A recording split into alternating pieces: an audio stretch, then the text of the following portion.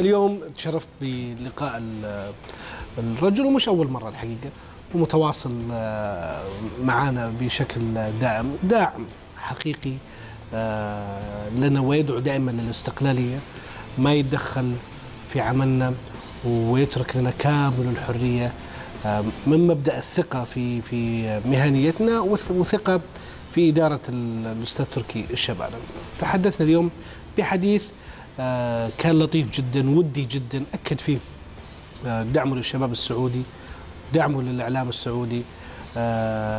الحديث كان بعيد عن الرسميات، يعني جدول الرجل جدا مزدحم باللقاءات وبالاجتماعات وبالاتصالات، ولكن أوجد لنا مكان في جدول المزدحم، ومثل ما قلت حاولت يعني بقدر المستطاع أطلع بالضبط، يعني بالمشاغبة الصحفية التلفزيونية أني أخرج منه بحديث رياضي.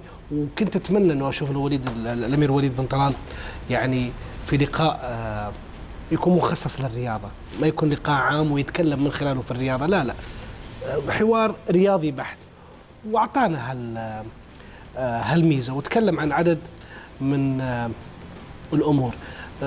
الاستقبال كان الهدف منه تكريم البرنامج وفريق البرنامج على عدد من الجوائز. أهداني كتابه الخاص، وطلبت منه أنه يكتب بخط يده إهداء بسيط، يعني أكرمني بأكثر مما أستحق الحقيقة، بكلام لطيف جدا من سمو الأمير. بسم الله الرحمن الرحيم، نهدي هذا الكتاب للأخ القدير الأستاذ تركي العجمة، المذيع الرياضي الأول في المملكة العربية السعودية، وذلك من خلال برنامج كورة في قناة خليجية. شاكر لك حصدك المستمر للجوائز المحلية والإقليمية، آملا الاستمرار في نفس النهج المستقل والحيادي، لأن الهدف المنشود هو النهوض بالكرة السعودية من خلال أو لا بل الرياضة السعودية، والكرة السعودية لا بل الرياضة السعودية بإذن الله تعالى، وبدعم أمثالك المستقلين والحياديين.